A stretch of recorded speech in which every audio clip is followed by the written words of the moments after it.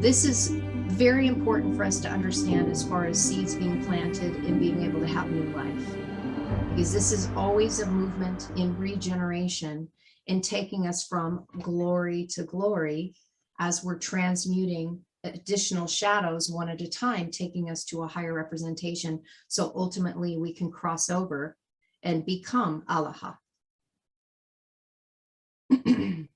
AKA God, as inside and not an external perception. So when those two words with their individuated selves come together as a parent root, it means every idea of sympathetic production, of emanation, and of contagion. How interesting is that? Because this is talking about even from emanating from person to person of that which we are producing. What are you doing? So this is even dealing with a contagion and how it's passed from one person to person. Now, a contagion doesn't have to be something that makes us sick. You can have a contagious personality.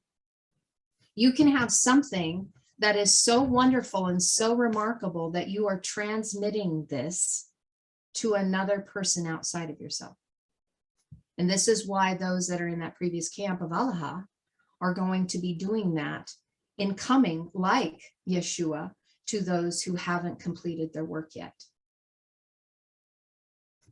And it should spread like wildfire, like a conflagration, because hearts should be being ignited. Because again, it's all about the heart issue.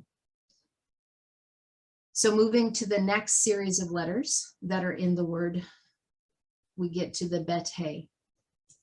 Now this is beautiful.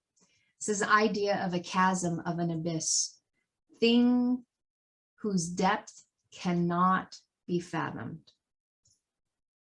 That cannot be fathomed.